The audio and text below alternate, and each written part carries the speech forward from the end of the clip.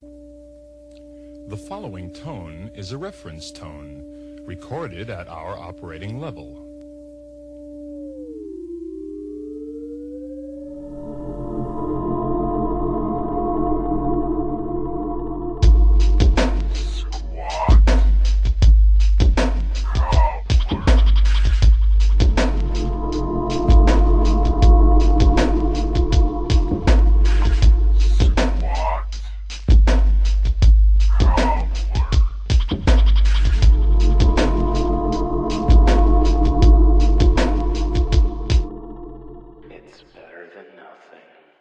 Hello, everybody. This is First Take Kelly Toole, and you're listening to Squat Cobbler, number 10, the decathlon of intros, because this is like the 10th time I've tried to do one. I'm at Kelly Toole, at KELYTHUL on Twitter, and with me as always is Mike, and you can find me at Official Pagan on just about everything. Kelly, my hat is off to you for finally getting through that. It took a couple of tries, but you're there. Couldn't get the number. It was a flashback to trying to say live 365 loud and loaded, which for some reason I could never completely master. Maybe that'll be premium content. People can hear all my failed attempts to introduce a show. That would be. But we're here to give you some recommendations. Mine'll be pretty quick, but it's a fun one. So this has picked up a lot of attention here recently. There's been a lot of folks talking about it. T. Scott Brave was the one that tuned me into it. He'd put a couple things out on social media around it, had posted some of the output from this app, and it was just amazing. And it is a app now available on both the iPhone and Android platforms, and it's called Prisma. And Prisma is basically Instagram filters on steroids. Unbelievably high quality filters to where you download the Prisma app and then you go ahead and you can either take your shots natively in Prisma and work with it there, or you can kind of pull in anything you shot on your phone and apply a number of filters to it. The quality of these is simply amazing. I mean, when Instagram came out, when a lot of folks have been a big fans of, or the filters that they've had evolved, and there's a number of different packages out there that will turn your photo into a pencil sketch, turn your photo into a charcoal sketch, do an embossed kind of photo. These are just remarkable filters in all sorts of different ways. And you can get some incredibly professional looking creation from it that you can take one picture and repurpose it 3 or 4 different ways and create very different things. I'll include in the blog post for this one, I was in Washington, D.C. recently, and there's some street art, 2 very large figures, very colorful, that are on the street, and they're highly graphic, and just by themselves, and I took a shot of that, and I put just that shot on Instagram. It's a great shot. It looks really nice, and it's very attractive art. But then you can turn around, and I did a Prisma version of it, too. And it's just remarkable, the quality of it that you get out of it.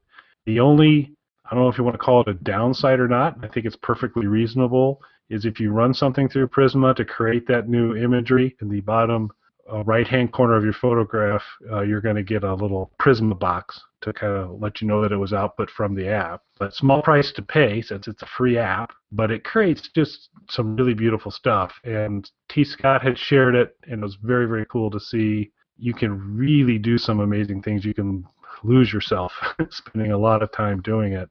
Now, Mike, I've seen some stuff recently that you've put out that's been really kind of good high-end graphic type stuff that kind of looked like it could have come from Prisma, but I'm assuming it didn't. Have you used Prisma at all? Yes, I actually have used it. I didn't find out about it from the same source. A fan had sent me some weird drunken pictures through Facebook, and I saw the Prisma squid. Like, the pictures were atrocious, but the filters were beautiful. So I wanted to find out where that was from, and the handy little Prisma box in the corner. I went, downloaded the app, and the photos that you're talking about, I think there's 3 of them that I posted, are all from Prisma. Yeah, it's a really slick thing. I don't know if it's called a downside or not, but you don't really know what you're going to get entirely. You get they're fairly esoteric names of the filters, and you get the gist of it. You do know when it's this is going to come out largely as a black and white, more line drawing kind of look, or this one's going to be more heavily graphic or Picasso-esque or those. So you have a sense of it. It's really kind of a bit of a surprise to see, and its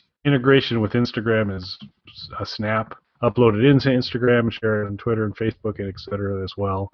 But super easy to use, doesn't have a big footprint. It's a free app. Even some of the worst photos I have could be turned into something pretty cool looking. No, so some of these filters are excellent. Like you said, the only real learning curve with it is some of the names are a little bit vague, and but if you look at the little preview square that they give you, kind of get an idea of the color palette, like you were saying, and a general vague idea of what it's going to look like. A lot of times, though, still, you really, until you apply a filter to it, you don't really know how it's going to affect your picture, or at least I don't yet know how it's going to affect my pictures. There was one that I actually posted today, which was a picture that was taken a little while ago that I didn't like. So it's funny how you said a bad picture. Someone took a picture of me while I was recording some guitar stuff.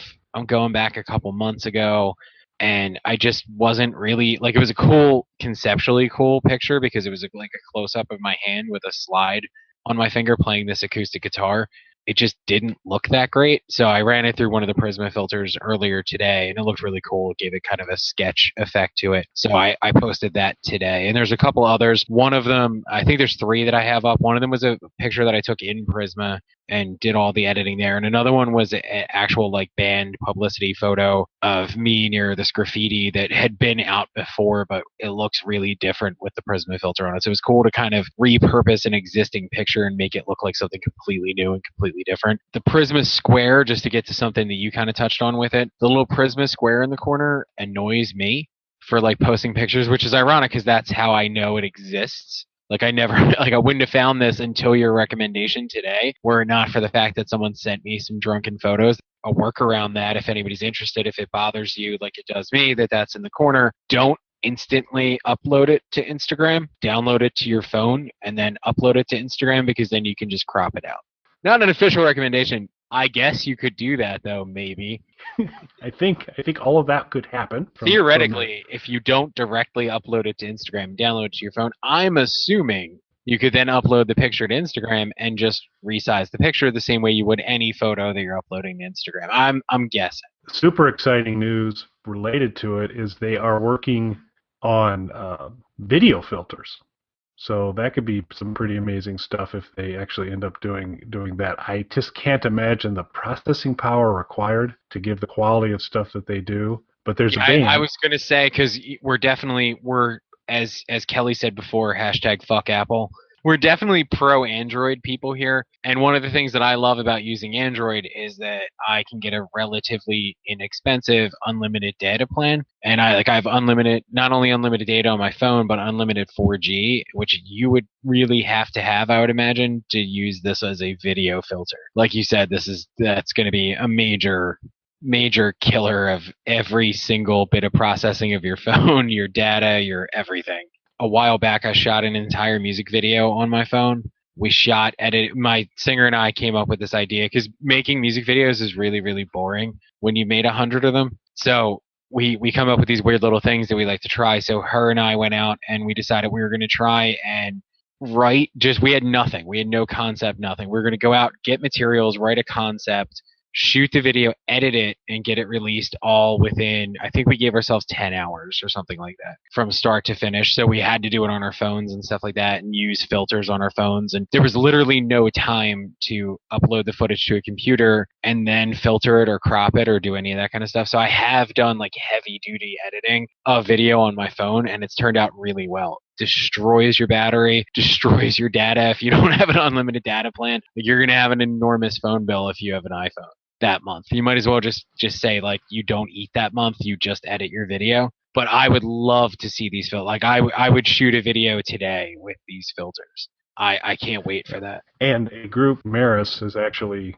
utilized Prisma to create a video, and we'll include a link to that in the blog post. Their song was Deep Blue, and what they did is they shot the actual footage, then they dropped the frames per second way down, then they one at a time filtered them up and went through and then reassembled them through there. So you're not going to get seamless animation, but they actually, there is a Prisma-based video out there, and we'll include a link to it. So it's kind of cool to see. That's a somewhat crafty workaround. I recommend Prisma, the app. No, that's an excellent recommendation. And honestly, once the video capabilities of it are there, other than kind of doing the workaround of taking it frame by frame. I would definitely use it. I don't care how much data it destroys and all that kind of stuff. To me, it would be worth it to get, if I can get an incredible looking video out of it. Because like I said, I've used my phone to shoot not just videos, but I hate to do this, to subtly plug things, but I think for a change though, just to switch things up, I might delicately, oh so gingerly, perhaps put a little bit of a plug in here. There's a movie coming out called Faces of Snuff that our friend Shane Ryan helped put together that I directed a scene in. The scene that I directed, I shot that entirely on my phone, and all of the filters and everything that was done with the video was done on my phone. I would love to see what I could do for future projects with Prisma filters and stuff on video. That was a great recommendation. It's going to be hard to follow up, and mine is very, very different. So how much of a country music fan are you, Kelly? To use the Alice Cooper scale, country music is the prettiest for you of music for me. I am not a fan. There is the occasional country song, typically by David Allan Coe, that I might like, but not a huge fan. Okay. Any specific David Allan Coe song you'd like to mention here? I can't remember any. No. No. Okay. I'm a David Allan Coe fan as well, and in fact, I actually saw him perform live in Philadelphia not that long ago. Oh, he's still alive, huh? Yes. I wasn't 100% sure of that. Okay, yeah. No. good. Very much still alive. Yeah. It was a good show actually. While he is not my recommendation, it kind of fits into that. So I'm a country fan, not in the sense that most people think of country. Like if you're thinking of, I couldn't even name a popular country artist, to be completely honest with you. But if you were thinking of like a Garth Brooks type of country, which is literally like the most current country reference that I can give you. Although I have no problems with Garth Brooks because his online store carries my music. So yay, Garth Brooks. So nothing against that guy.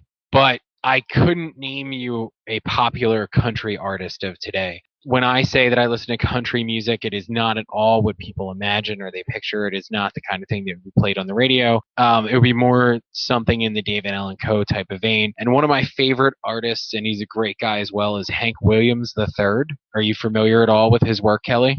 I believe I'm a big fan of his Monday Night Football body of work, yes? Well, that would be Hank Williams Jr. That would be his father. Oh, then I'm not familiar. Hank Williams, as a lot of people know, Hank Williams Sr., or the first, or however you want to put it, was obviously a famous country artist who kind of laid the groundwork of what we think of as country music today. And then his son was a pretty big artist as well, who did the Monday Night Football theme, as you spoke about. His son, though, and the grandson of Hank Williams Sr., started off as a punk and metal artist who got into country music in large part kind of being forced into it by record companies and things like that. And he's an incredible artist, though, who makes country music that, again, is along the lines of the type of stuff that most people would not think of as country music. Think David Allan Coe in his prime, like the first songs that you were thinking of that you couldn't say, but with more of an edge to it. With more of an edge to it. With a little bit more of an edge to it, yeah. So not only am I a big fan of his work and the one particular album that I'm going to recommend to people, but I also kind of have to note I never ever do this, but there is a little bit of bias here. And I know that seems so unlike me, but the tiny bit of bias that I have towards him is Hank Williams III was actually the first ever guest on Loud and Loaded. Oh, really? Yeah, when I started the radio station, we had no content whatsoever. So we reached out to some artists, and I had actually I'd crossed paths with him before before he reached the level of popularity he's at now, where he plays larger venues and things like that. He was playing like small bars and stuff, and I was familiar with him from different punk and metal bands that he had been in. So I was pretty familiar with his work, and I went to some of his early country shows at like small bars here. And then I wrote for a couple of different music sites, and I had an opportunity to interview him on a couple of different occasions. And then when I kind of put it out there that I was starting up the radio station, he was actually the first artist to reach out and ask about doing an interview at a point where, like, just starting it, where I had nothing to offer him because nobody would know, maybe no one will ever listen to this radio station. There's nothing to say that this will be a success in any way or anything like that. So he really did me the favor, not the other way around. Typically, radio station is giving an artist a push. It was really the other way around. So I am a little bit biased in this instance, but his music is really great. It is not at all, when I say country music, what most people are thinking of with country music, and I mean that in the best way. The album that I am specifically going to recommend that people check out is an album called Straight to Hell. It is his third country solo record, and if you decide to check out his music, much like Alice Cooper, you really want to start with a third record in this case. His first solo country record is songs that he really didn't want to record, mostly by songwriters that were kind of forced on him by his record company at the time. His second record, which is what he actually considers to be his first solo record, is significantly better, but still really not developed to the sound of what I would say he is from this point forward. Again, much like Alice, who we're both big fans of. Just like with Alice Cooper, this is really where you want to start if you're getting into Hank Williams III. This album really, and what's interesting too about it is it's really, in a sense, his fourth album. He was signed to Curb Records, which, if you're not a country music aficionado, which I am by no means a country music aficionado. This is something I found out through my conversations with him and through doing some research with him. Curb Records is basically like the biggest country music label in the world. So when they signed him, they immediately tried to mold him into, he looks and sounds a great deal like his grandfather specifically, so they tried to mold him into that sort of vein and push him away from the metal and punk rock elements that he had always brought to his music, which caused a lot of rifts between him and the record company, and that included some lawsuits over what was supposed to be his third album that he had turned in, which was a little bit more rock oriented, and they wanted no parts of it. So after that initial round of lawsuits was settled, he went back to the drawing board, recorded a new album, which he recorded in a friend's house, doing everything entirely himself, the production and the engineering and all that kind of stuff. And the album is genuinely just incredible. I'm not a big country music guy, and this was, something before the bias sets in as far as him being a really cool guy. This is just a great album. It's just dark, gritty, sort of early, sort of proto-country rock type stuff.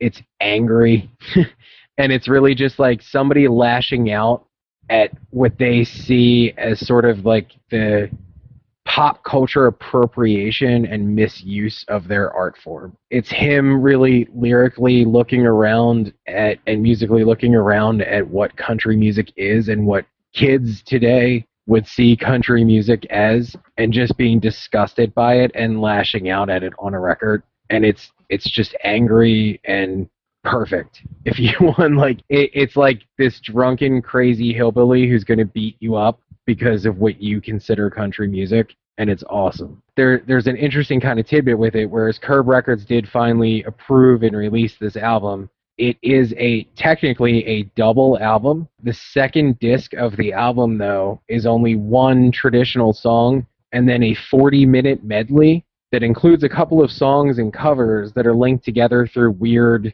like, audio collages and ambient passages and things like that, which you can't help but kind of feel was almost like just a fuck you to the record company and forcing them to release something that he knew that they would hate. But another thing that's really interesting, if you want to look at, what country music is today as far as being like hillbilly pop or whatever you want to think of it as, this was the first time ever, and this album, it's been out for a while, but we're not talking about a record that came out 30 or 40 years ago or anything like that. This was actually the first major country music release to ever have a parental advisory warning on it. And in very un-Walmart-like fashion, it was one of the first country music releases that Walmart refused to carry unless an edited version of the album was delivered to them. And I don't know about you, Kelly. I'm not a big fan of censoring music. No, I'm struggling, though, to back to Mr. David Allan Coe. I can't imagine a few of his recorded works probably couldn't make it too far without some sort of indication to the public to say, warning. So this is where it gets a little bit different with David Allan Coe, and particularly his earlier works. What David Allan Coe would do is independently release the albums that had those more strongly worded songs on them. So those were not things that were distributed by his record company or sent out to mainstream record stores. Like, you couldn't walk into, a Walmart or a big box retailer and buy those records, and you still can't today. But, so that's what kind of made this interesting, like, because that stuff did exist. There's certainly, equally explicit country material out there, and far more explicit country material out there than Hank 3's records. But this was the first time that a country music album had been widely distributed to retail stores with a parental advisory warning on it, and the first time ever that Walmart had actually turned down, and especially what makes it all that much more interesting when you look at Curb Records and the types of artists that they deliver. This is the first time Walmart, which is their, the biggest outlet for this type of mainstream pop country music that Curb Records is known for, this is the first time Walmart actually took a step back and was like, we are not going to stock this record coming from you unless you deliver us some sort of censored version of this album. I was going to say, so our listeners will not be going down to Walmart to get it. Where do you recommend they secure this music? You can pretty much pick it up anywhere. I will say, and this is one of those few examples, just like the Boris and Merzbow record that I recommended, this is one of those few examples where I would actually lean towards telling you to buy it on CD if you're going to go and pick it up. And that's only because if you're going to get the vinyl pressings of the record don't have the complete second disc version of the album on there. Cool. So, and like I said, the second disc is just one traditional song and then the 40-minute weird patchwork medley. And I believe the standalone song is missing from the vinyl. And I know that there's also single disc versions of the album in certain retail stores that omit the medley. And I know that the edited version of the album, which you should steer away from completely because I really, like I said, I'm not really a fan of censorship, but they completely omit a song titled Dick and Dixie, which I feel is one of the high points of the album and shouldn't be missed by any means. That sounds like a David Allan Coe song. Well, to get back to the correlations between him and David Allan Coe, he has actually worked with David Allan Coe a number of times. Yeah, so if you like David Allan Coe and are looking for something that's a little darker and a little edgier, this is definitely going to be up your alley. And I really, really strongly, like, regardless of whether or not you like his country stuff, his metal stuff and punk rock stuff is excellent as well, and you should check all that out. But this is really, in my opinion, the perfect country album. This is, just like Alice with Love It to Death, like, this is a near perfect album for me. Whether or not, I know a lot of people don't really like the second disc on the double album version of it, but nearly every song on the first disc is just perfect, and you should definitely check it out. There's also some really funny moments. I don't want to give anything away because there is some funny little things that he did on there. Specifically, you mentioned how, the Monday Night Football thing, his father has an association with the type of, mainstream pop music that he lashes out so mightily against throughout this entire record. And there are some funny moments of interactions with his father and references to his own father's music on there that are quite hilarious in a dysfunctional family sort of way, including around that time his father had done a song with Kid Rock, who, for any listener isn't familiar, started off as a rapper who became a southern rock / country artist as time went on, and ended up doing a song with Hank Williams Jr., Hank 3's father, and he, takes some shots at that song on the album as well. And for our listeners, you may have determined by this far through is that we've wrestled with a few technical issues on recording this particular podcast. Just to make sure, Mike, could you repeat the title of this album again, just so that I'm pretty sure we have it earlier, and I'll find out in the edit. But in case it's a little garbled, I just want to play it safe to make sure people kind of know the full title. The title of the album is Straight to Hell. That sounds pretty fun. It sounds really good, as a matter of fact. Although, sentences I never thought I'd hear. Person X is a darker, edgier version of David Allan Coe. No, and honestly, one of the best. I highly recommend starting with this album to check it out. And then, if it's up your alley, I would immediately jump into the heavier stuff that he does with his metal and punk rock projects. But if you ever get an opportunity to see him live, it is one of the best live shows I've ever seen. He's one of the few artists that I will go and see every time he comes through town. Excellent. Very, very cool. All right, well, we'll just jump in real quick here to some social media recommendations and call it a show. So I don't know if I've ever mentioned to you, Mike, before, but there was a movie called Piranaconda, and I managed to get the actual prop egg from the movie Piranaconda. So wait a minute, you have an actual movie prop? I have an actual movie prop from the movie Piranaconda. It's the actual egg, featured heavily. There were only 2 physical eggs. All the rest were CGI.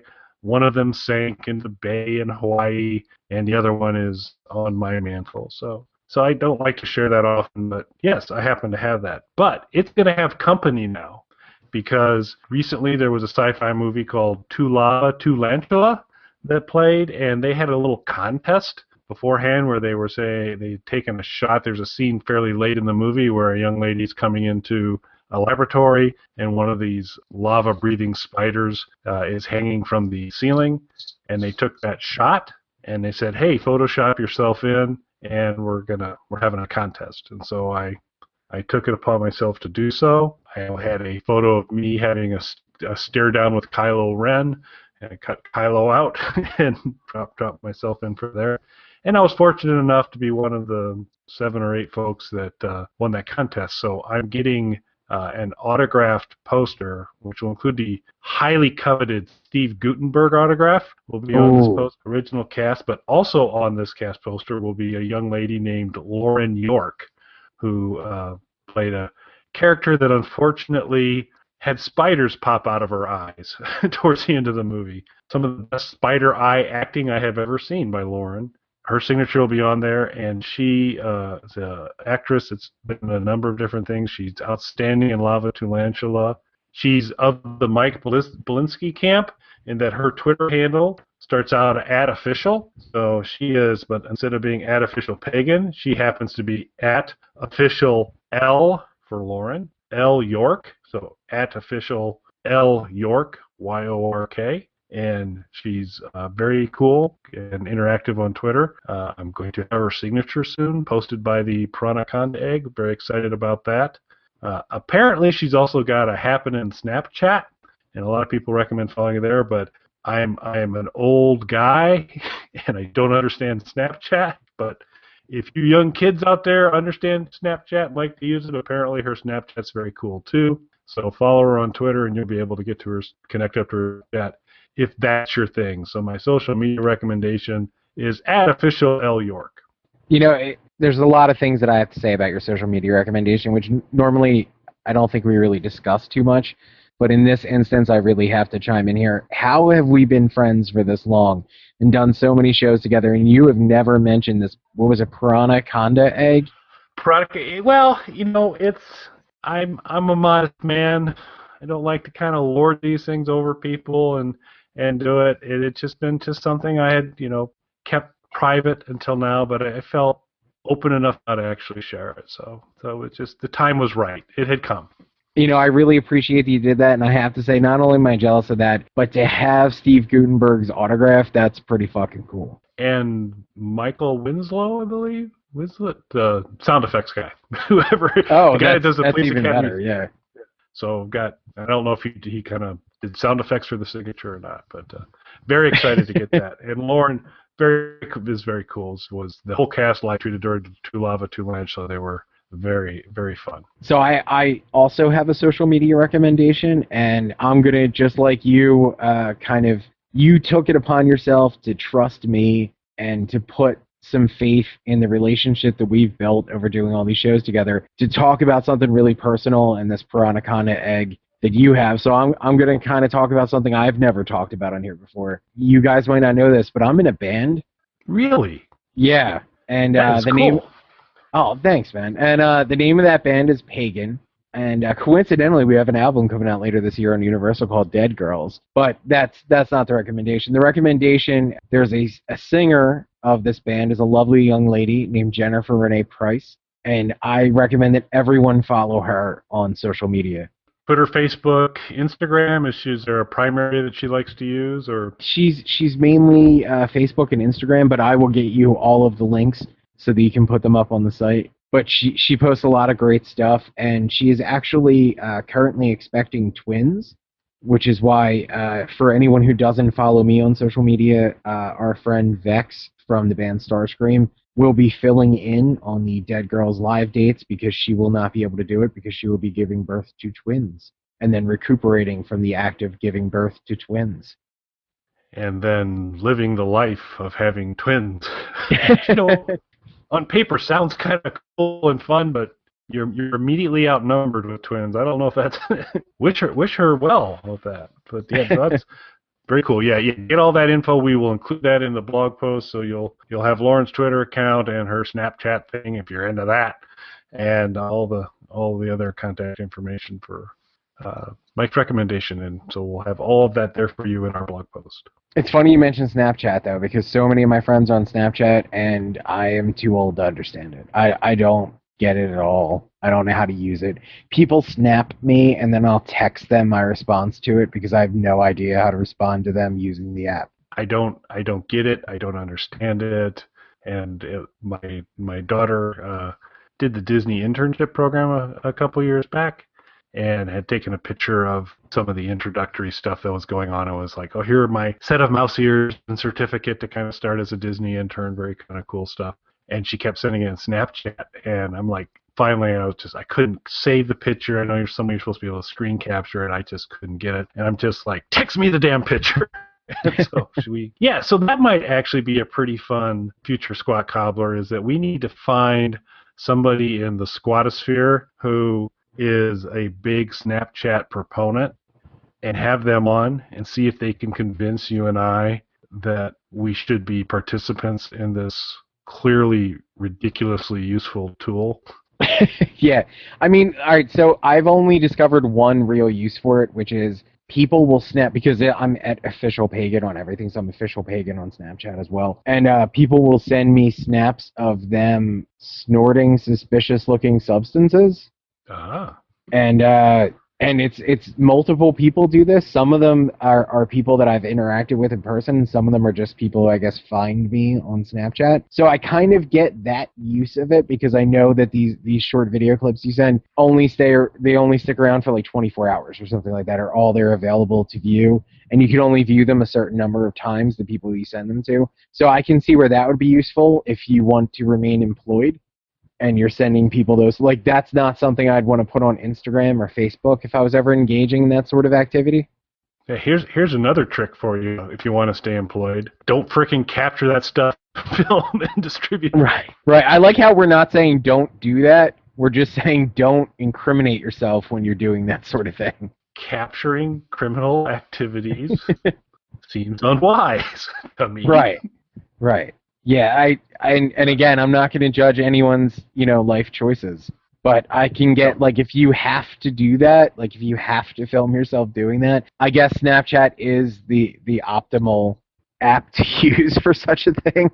So yeah, we definitely gotta find somebody who gets this thing and see if they can get us. Well, I have to assume that was not the inspiration, or at least not the only inspiration for the creation and use of this app, though. Like, I have no idea.